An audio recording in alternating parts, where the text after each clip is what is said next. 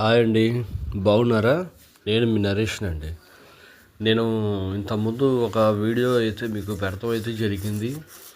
ఇది పాత హౌస్, దీన్ని రీమోడల్ చేస్తున్నాము.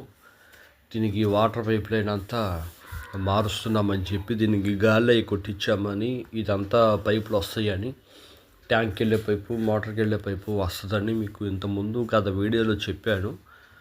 మీకు గుర్తు రావడం కోసం ఈ చిన్న క్లిప్ అయితే పెట్టాను. ఈ గాలి అయితే మనం కొట్టలేదు, వేరే అతను కొట్టించారు.